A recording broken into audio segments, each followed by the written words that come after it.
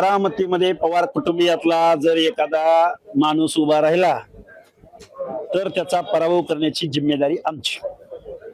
पार्थ पवारला मावळामध्ये जे आसमान दाखवलं तेच आसमान बारामतीच्या पवारांच्या पुढच्या पिढीला पंचायत राजच्या निवडणुकीमध्ये दाखवू. अरे एकदा जाहीर करा, लाजा वाटू दे तुम्हाला थोड्याशा. घरात सगळं, राज्यसभा घरात, लोकसभा घरात, विधानसभा घरात, सगळं तुम्हालाच. पण आम्ही कशाला जन्म घेतलाय? अरे शेतकऱ्याचा, शोषिताचा, वंचिताचा, दलिताचा, बहुजनाचा, अल्पसंख्याकाचा ह्यांनी काय ते सभागृहात जायचं नाही? असे काय तुम्ही तीर मारलेत? अशी कुठली पीएचडी केली तुम्ही की सगळी पदं तुम्हाला दिली पाहिजेत आणि तुम्ही आमच्यावर राजकारण केलं पाहिजे? पैसा तुमच्याकडे आहे म्हणून, तुम्ही बिल्डर लोकांबरोबर, कारखानदाराबरोबर पार्टनरशिप केली म्हणून. हे विकासाचा भुलभुलैया आहे. हा विकासाचा भुलभुलैया आहे. हे इथल्या सर्वसामान्य माणसाला आम्ही समजावून सांगायला आलोय. बारामती मधली जनता लढणाऱ्यांच्या पाठीशी ठामपणे उभी राहील.